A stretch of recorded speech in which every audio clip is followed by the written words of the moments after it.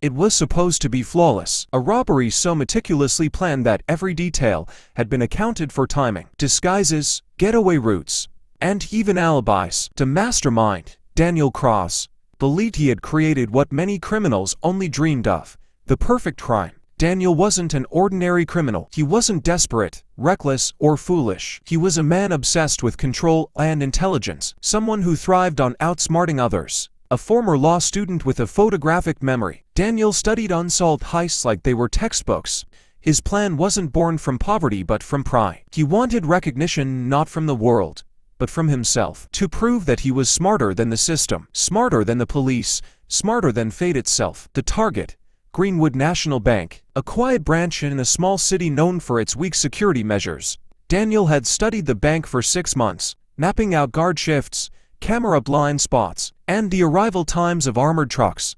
The plan was simple, yet elegant. He and two trusted accomplices, Ethan and Marcus, would break in during a 2-minute window when the vault was accessible. Disguised as maintenance workers, they would escape in a deco van, switch to a hidden car in an abandoned warehouse, and vanish before anyone realized what had happened. Every detail had been rehearsed, every outcome predicted. But what Daniel didn't calculate was the one variable: no mastermind can control human error. It was a chilly Friday night. The streets were empty, the bank dimly lit under pale street lamps. Daniel adjusted his disguised blue overalls, a fake mustache, and tinted glasses. Ethan carried the duffel bags, while Marcus drove the white van. They looked ordinary, invisible, forgettable.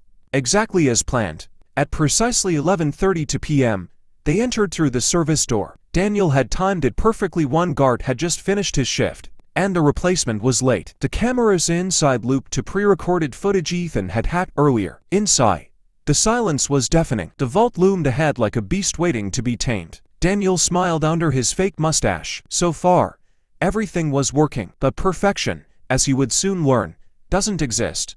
As Ethan placed the thermal drill on the vault door, Marcus whispered nervously, "Are you sure no one's coming?" Daniel shot him a glare. "We've been over this 100 times. No one will be here for another 23 minutes. Just focus." But Marcus's hands trembled.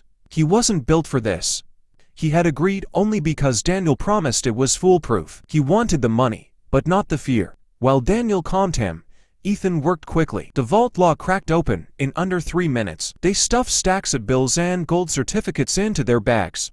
Millions, right there in their hands. Daniel's heart raced, not from fear, but from pride. This was it, the masterpiece. But as they turned to leave, Marcus dropped one of the bags. It burst open, scattering money across the floor. "Damn it, Marcus," Daniel hissed. Marcus bent to gather the cash, his panic obvious. The nose, the fumbling, it all shattered the fragile silence of the night. And that's when Daniel noticed it, a blinking red light in a corner of the room. Not the cameras they looped, not the security they planned for. It was a silent alarm, something Daniel never saw. The alarm didn't blare, it didn't scream, but within minutes, police cars were mobilizing, closing in on Greenwood Bank. Unaware, Daniel, Ethan, and Marcus fled into the van, adrenaline surging. "Go," Daniel barked. Marcus floored the gas, heading toward the deco warehouse. But then, blue lights flickered in the distance. Police cruisers. Too many of them. Too fast. Daniel's stomach dropped. They weren't supposed to be here yet. Marcus's hands shook on the wheel. "What do we do?" "Stick to the plan. Warehouse, then switch cars," Daniel yelled. But fate was no longer on their side. They made it to the warehouse. The second getaway car was hidden under a tarp, ready to go. But as Daniel opened the door, something was wrong. The bags of money felt lighter. He looked at Ethan, his longtime friend, his partner in crime. Ethan avoided his eyes. And then Daniel saw a pistol, trembling in Ethan's hand. "I'm sorry, Daniel," Ethan muttered. "But this money, it's too good. I can't split it 3 ways. Not after all this." Marcus froze. "What the hell are you doing?" Ethan's finger twitched on the trigger. The perfect crime wasn't crumbling because of police or alarms.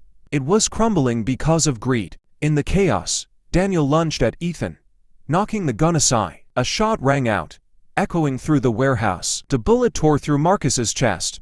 He collapsed instantly, blood pooling beneath him. Ethan panicked. Daniel tackled him, fists flying, rage replacing logic. But the sirens were growing louder. The police were almost there. Daniel wrestled the gun from Ethan and pressed it against his temple. His perfect crime destroyed not by the system, but by the very people he trusted. And then, the warehouse doors burst open, floodlights, shouts, dozens of officers aiming rifles. Daniel froze, Ethan still in his grip. "Drop the weapon," a voice commanded. For the first time in his life, Daniel realized he wasn't the smartest man in the room. He had underestimated everything: alarms, loyalty, fate. The perfect crime had failed. Daniel was dragged away in cuffs.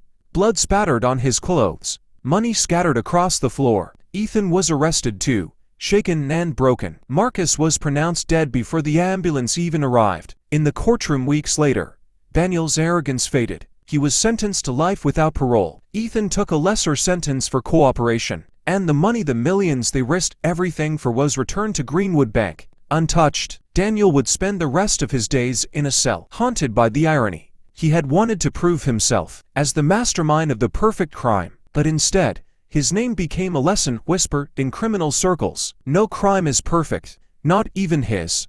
Daniel thought he had orchestrated the perfect crime, but in the end, it was greed, panic, and fate that destroyed everything. What do you think? Can a perfect crime ever truly exist?